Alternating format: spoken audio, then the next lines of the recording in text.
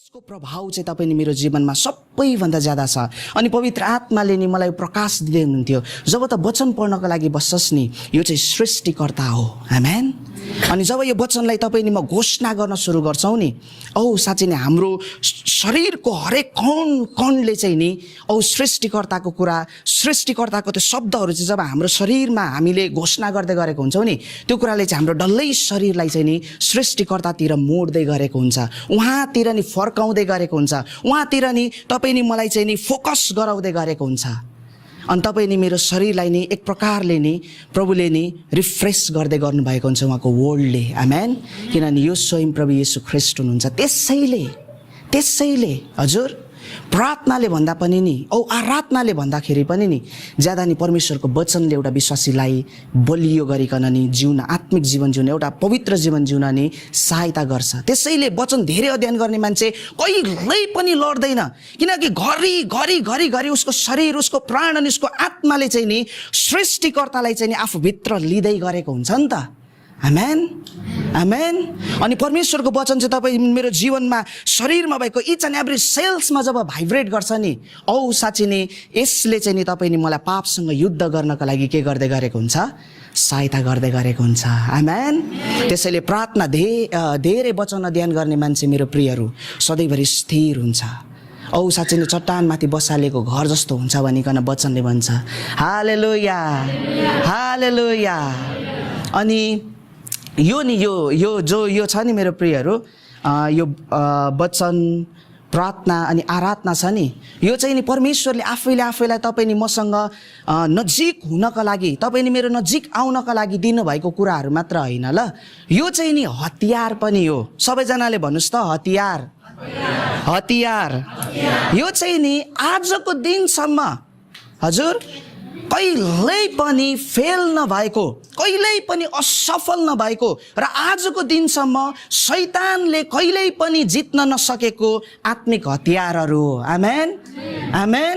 तपाईँलाई थाहा छ शैतानले चाहिँ नि यो तीनवटा कुराहरूसँग परमेश्वरले मानिस जातिलाई दिनुभएको तीनवटा कुरा, वचन, प्रार्थना र आराधनासँग चाहिँ नि शैतानले आदिदेखि नै युद्ध गर्दै आएको छ, तर आजको दिनसम्म यसलाई उछिन्न सकेको छैन, एकपल्ट पनि जित्न सकेको छैन मेरो प्रियहरू।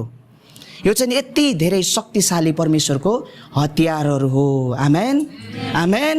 अनि म अब तपाईँहरूलाई प्रार्थनातिर लिएर जान चाहन्छु ल। अब चाहिँ यो मैले जस्ट तपाईँहरूको अगाडि एक प्रकारको भूमिका मात्र राखेको हो।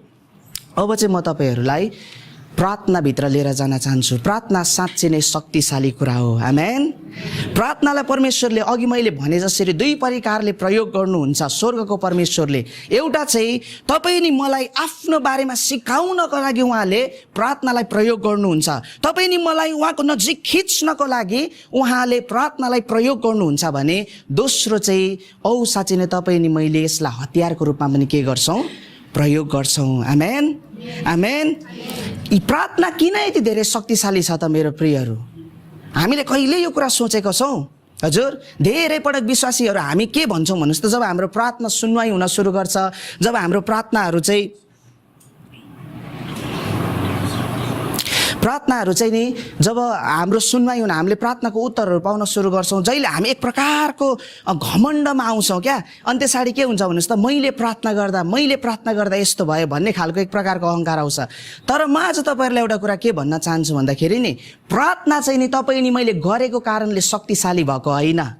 हजुर तपाईँ नि मैले गरेको कारणले नि शक्तिशाली भएको होइन है मेरो प्रियहरू। तपाईँ नि मेरो नि साँच्चै नै प्रार्थनामा चाहिँ नि कुनै पनि शक्ति छैन, तर प्रार्थना यति धेरै प्रभावशाली किन भएको भन्दाखेरि नि प्रार्थना गर्ने मान्छेले भएको होइन, प्रार्थना सुन्नुहुने परमेश्वरले चाहिँ भएको। आमेन, आमेन। प्रार्थना कति धेरै साधारण देखिन्छ भन्नुहोस् त। एउटा मान्छे नि एउटा कोठामा बस्छ, अनि त्यसरी उसले पलेटी कसेर बसेको हुन्छ, घोडा टेकेर बसेको हुन्छ, एक्लै भुतभुताइरहेको हुन्छ, एक्लै कराइरहेको हुन्छ। हजुर अनेक कुराहरू हातहरू हलाउँदै उसले रुँदै अनि कराउँदै उसले, एउटा संसारिक हिसाबले हेर्ने हो भने नि यो एउटा हाउडे कुरा हो कि होइन भन्नुहोस् त। प्रार्थना चाहिँ नि प्रार्थना गर्ने मान्छे हामीले गरेको कारणले शक्तिशाली भएको होइन मेरो प्रियहरू। तर हामीले प्रार्थना गरिसक्दाखेरि नि स्वर्गमा हाम्रो प्रार्थनालाई सुनिकन उत्तर दिनुहुने परमेश्वर चाहिँ साह्रै शक्तिशाली हुनुहुन्छ र जब उहाँले प्रार्थना सुन्नुहुन्छ नि अनि त्यो प्रार्थनाको उत्तर चाहिँ नि रोकिन नसक्ने, थामिन नसक्ने अनि परिवर्तन ल्याउन सक्ने शक्तिशाली रूपमा नि जब स्वर्गबाट प्रार्थना चाहिँ नि उत्तरको रूपमा ओर्लिकन आउँछ नि त्यतिखेर चाहिँ प्रार्थना के हुन्छ भन्नुहोस् त? शक्तिशाली हुन्छ। आमेन आमेन। गर्ने मान्छेले होइन हजुर, गर्ने मान्छेले नि, तर सुन्नुहुने परमेश्वर भएको कारणले चाहिँ हाम्रो प्रार्थना चाहिँ साह्रै शक्तिशाली भएको। तपाईँलाई थाहा छ त्यो पुलिसहरूले ओके टोकेमा के भन्छ नि है, उनीहरूलाई कतिवटा कुरामा इमर्जेन्सीमा उनीहरूले ओके टोके चलाउँछ। त्यो पुलिसहरूले ओके टोके चलाएको कारणले उयो हुन्छ त हजुर, केही प्रक्रियाहरू केही परिवर्तनहरू हुन्छ? हुँदैन नि। तर उता ओके टोकेको अर्को पाटोमा बस्ने, अर्को एन्डमा बस्ने मान्छे चाहिँ जो अलिकति अधिकारवाला हुन्छ उसको कारणले चाहिँ के भएको भन्नुहोस् त? उसले दिएको मेसेज चाहिँ के भएको? पावरफुल भएको हो नि त। हामी संसारमा बस्ने मानिसहरूले गरेको प्रार्थना चाहिँ नि त्यतिखेर शक्तिशाली भएर आउँछ जब स्वर्गको परमेश्वरले त्यो प्रार्थना सुन्नुहुन्छ। आमेन। अनि वचनले के भन्छ भन्नुहोस् त? औ साँच्चै नै जब हामी चाहिँ यो विश्वासमा प्रार्थना गर्छौँ कि स्वर्गमा बस्नुहुने परमेश्वरले हाम्रो प्रार्थना चाहिँ के गर्नुहुन्छ? सुन्नुहुन्छ भनिकन योनाको पुस्तक हामी सबैजनाले पल्टौँ न ल।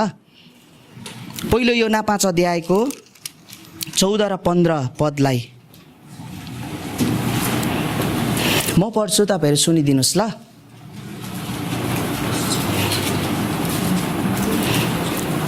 तिमीहरूले यहाँनिर यसरी लेखिएको छ, परमेश्वरमा हाम्रो पूर्ण भरोसा छ कि उहाँको इच्छा बमोजिम जे मागे तापनि उहाँले हाम्रो कुरा सुन्नुहुन्छ। हामीले प्रार्थनामा जेसुकै मागे तापनि परमेश्वरले सुन्नुहुन्छ भनी हामी जान्दछौँ भने यो पनि जान्दछौँ कि उहाँले हामीलाई जे मागेका छौँ त्यो हामीलाई प्राप्त भएको छ। आमेन आमेन। यहाँनिर वचनले के भन्छ भन्दाखेरि नि जब एउटा विश्वासीले प्रार्थना गर्छ नि मेरो प्रियहरू, उसले पुरा भरोसामा प्रार्थना गर्छ कि स्वर्गमा बस्नुहुने परमेश्वरले उसको प्रार्थनालाई सुन्नुहुन्छ। आमेन आमेन आमेन। ल तपाईँहरूको ध्यान मतिर तपाईँहरूले एकछिन केन्द्रित गर्नुहोस् ल। हामी सबैजनाले भनौँ न, प्रार्थना शक्तिशाली हतियार हो। आमेन। र आजको दिनसम्म नि मेरो प्रियहरू यो प्रार्थनालाई नि अन्धकारको शक्तिले के गर्न सकेको छैन? रोक्न सकेको छैन। मसँग समय छैन कि त्यसैले म तपाईँहरूसँग बिस्तारै जान सक्दिनँ, तर म मेन कुराहरू आज मलाई जे कुराहरू भन्न अगुवाई भएको छ म त्यो कुराहरू सरर तपाईँलाई भनिराख्न चाहन्छु ल।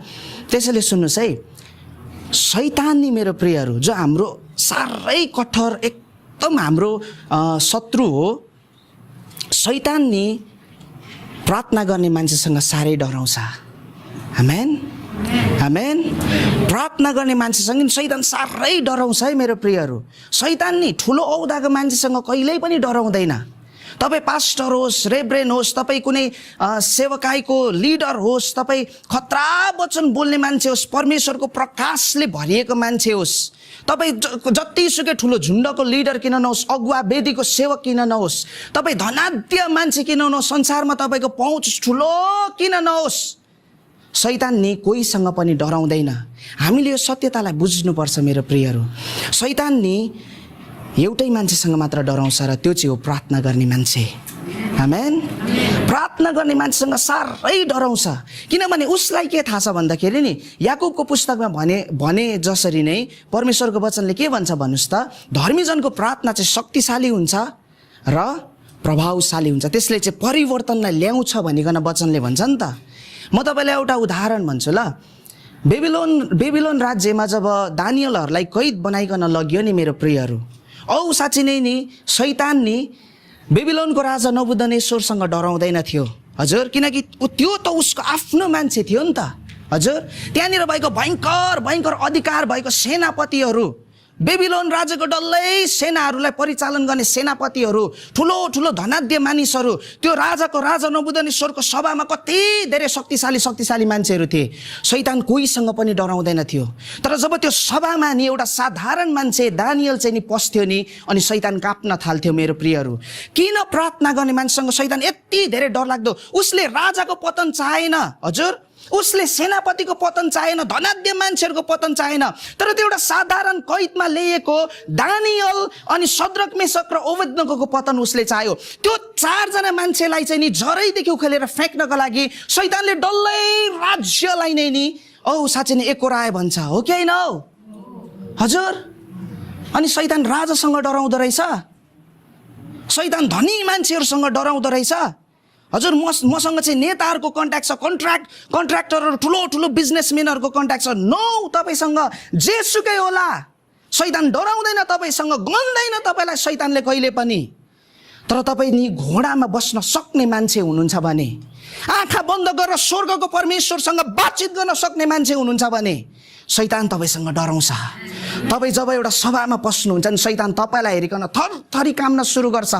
किनभने उसलाई के थाहा हुन्छ भन्दाखेरि जब यसले आँखा बन्द गर्छ अनि स्वर्गको परमेश्वरले आफ्नो कानलाई खोल्न सुरु गर्नुहुन्छ, जब यसले प्रार्थना गर्छ अनि परिवर्तनको लहर चाहिँ बाढी जसरी आउँछ, हामीले जति सुकै रोक्न खोजे तापनि हावा हुन्डरी जस्तो परिवर्तनले चाहिँ समाजलाई, मण्डलीलाई अनि परिवारलाई हिर्काउँछ, हामीले रोक्न सक्दैनौँ।